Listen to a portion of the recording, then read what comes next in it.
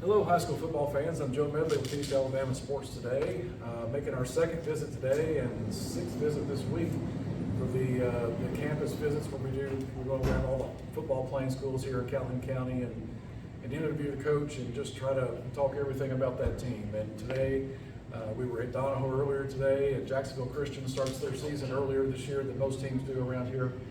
And we want to talk to Coach Tommy Miller, one of the venerable, longest-serving coaches, probably the dean of all coaches in Talkin County right now, right? I think so. He's been, of course, he was an assistant, but then coached at Pleasant Valley back when the last 8-win team they had before last year, and Jacksonville Christian now for how many years? 38, I think. And of course, this is his labor of love. You know, this is he's coached these teams here. He has been the principal here for some time, and pastored a church. And I guess, you mentioned at Media Day that you're starting to have those thoughts. Maybe this year could be the last. You don't know that yet. But and you mentioned to me on the way out that day that you had a procedure this year. And of course, you had open heart surgery back. What year was that? I was 55 and I'm 70 right now, so 15 years ago. And what happened this year? Well, they fixed my spine, my neck, which had been messed up for about 12 to 15 years, and I'd been in a lot of pain every day, and they were dealing with it that way, and they cut my throat. It's a procedure that they do nowadays. They move my esophagus over, my voice box over, and then they went in and took out C4 out of my spine, put a cadaver in, and then took a plate and screws, put in C5 and fused C4 and C5 together, and they sawed off a spur that was on my spine. Stapled me back together, and we kept going. And that was when? That was May 23rd. And we are here August 8th, and he's been coaching football practice. That's amazing. Just how do you keep going through, all of the, the health challenges that come with age? Well, I just get up and keep going, and I have to bring it back to the Lord gives me the strength. I don't know any other way to say it. It's got to be a force a whole lot bigger than we are. I think it's the Lord that gives me the strength to get up and keep going every day. And you have to think, if he wants this to keep going, he'll want it to keep going after he's given you your release. Yes, that's true. We've got several people in now that younger people that we don't have a football coach in, but I think he'll send us one. But we got several people. Katie's our athletic director now, and Coach Rod Cates, he's over here now. He's a candidate to take over basketball when I leave that, and so we need a football coach to come in and lead administrator. That's what we're waiting on. Of course, if he wants to keep it going, then somebody will get that call in, right? That's correct. That's correct. This guy is really, he's a trooper, and he's been around here for a long time, and can probably he has more insights on Talkin County high school football than we've ever attempted to tap before.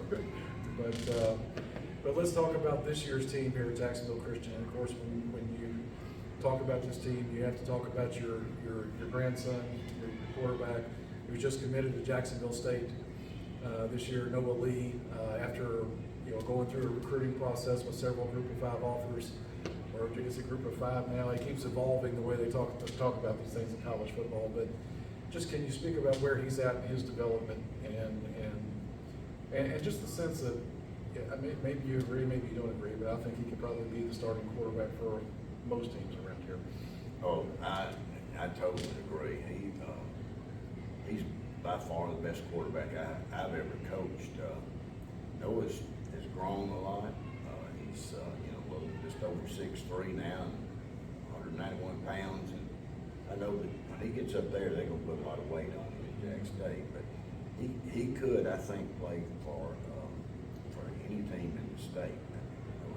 He had so many universities that had him for visits and called him constantly, and he's got some that are continuing to recruit him, just in case he's not happy at Jacksonville State, the way things are now.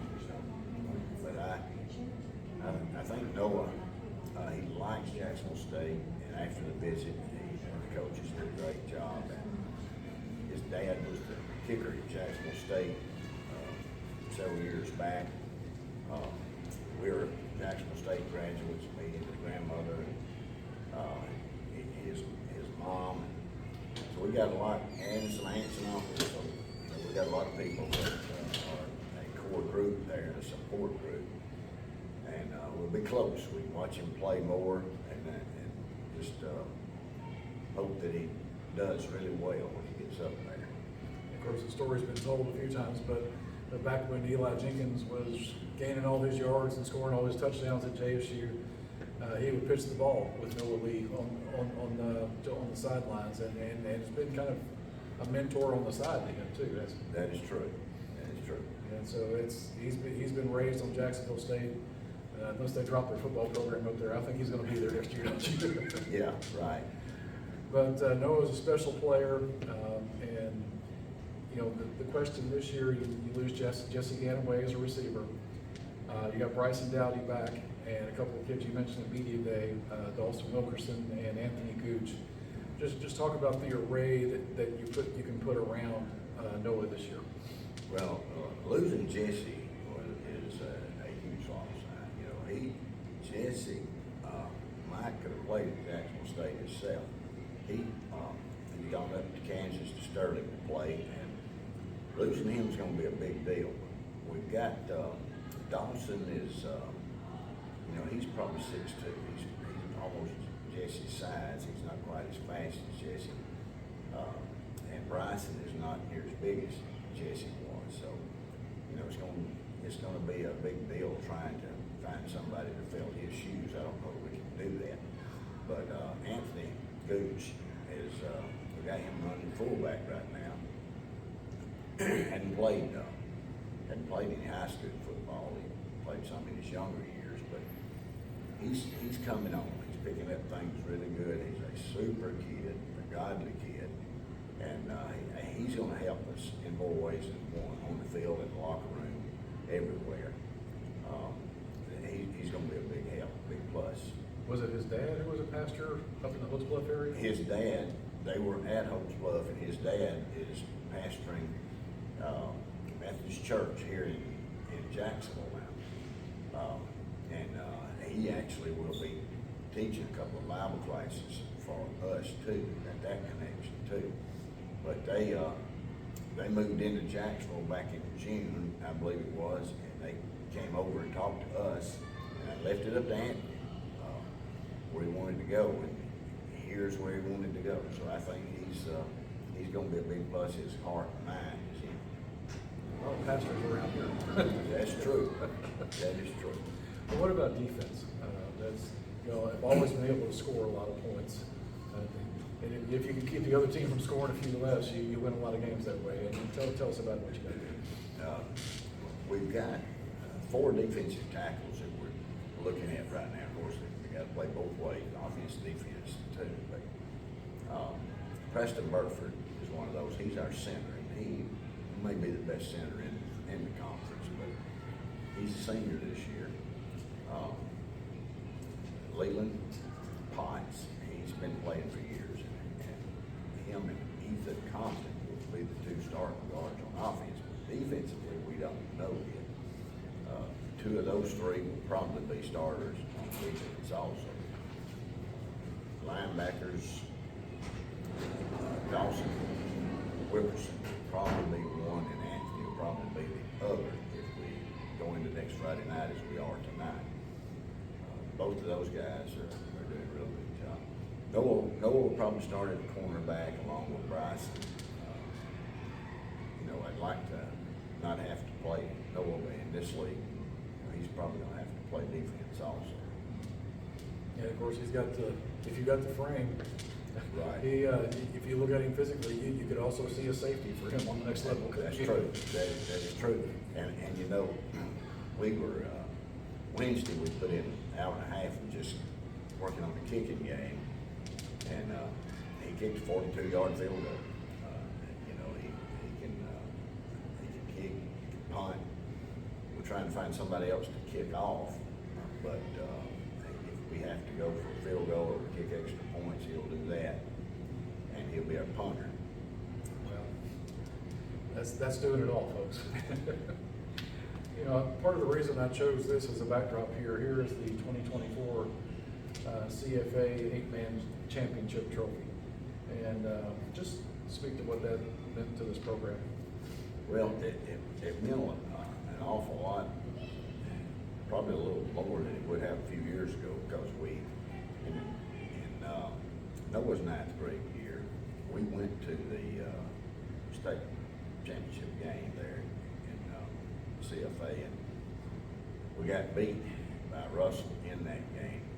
The next year, we were the #1 seed and got beat in the semifinals. So that was a big deal for us to make it all the way to the championship game and then win it last year. So it meant a whole lot. I do think it adds excitement anytime something like that happens. It's just keeping things consistent, keeping the program at that level. I know a few years ago, back when you decided to pause the football program here, that was AHSAA 11-man ball at that time. Probably wasn't what you wanted to happen.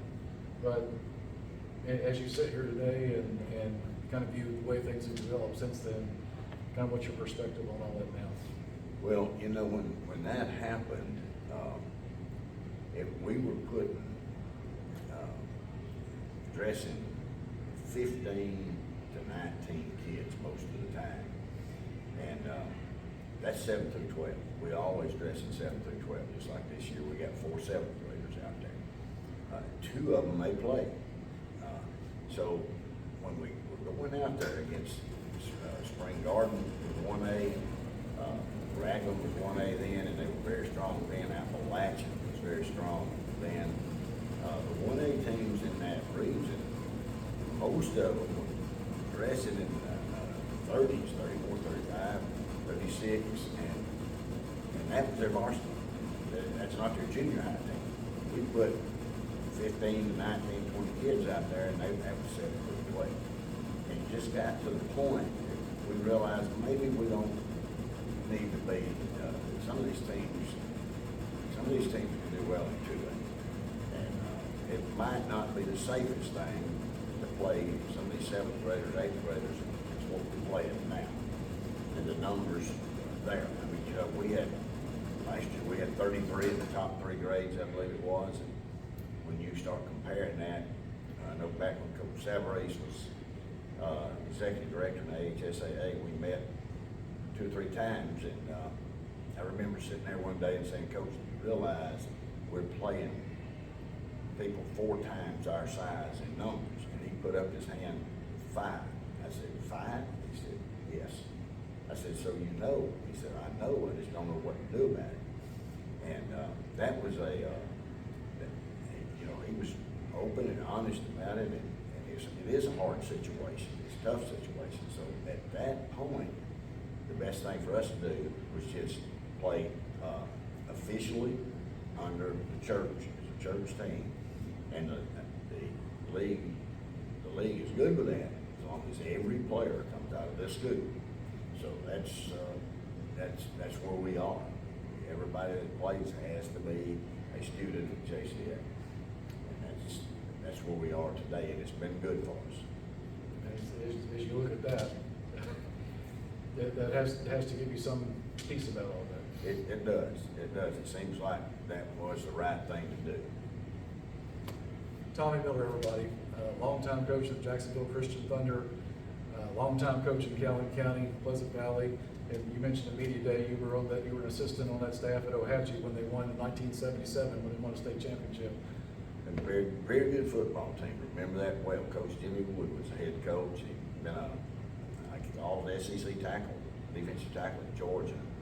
he coached as assistant at Weldon and went to Ohatchee, and then they hired me on as his assistant down there after that. And me and Jimmy Hubbard, and we just had a really good football team there in 1977, and he did a great job. I was more of the offensive side, Jimmy Hubbard more the defensive side, and that was a really good football team. Football players, tailback, Buck Collins, he went on and played college football. If I remember right, he had 18 touchdowns in the playoffs alone. And those are really good memories. That's for real, Tommy, everybody prays for you. Thank you. And hopefully get through this season with no troubles, and when you get to the end of that and have a decision to make, you know, that hopefully it's still very much in a good place. This will be concluding the visits for this week. We pick up Monday with White Plains as we make our way around the county, and we are now 1 week closer to football in Calhoun County. Thank you, everybody.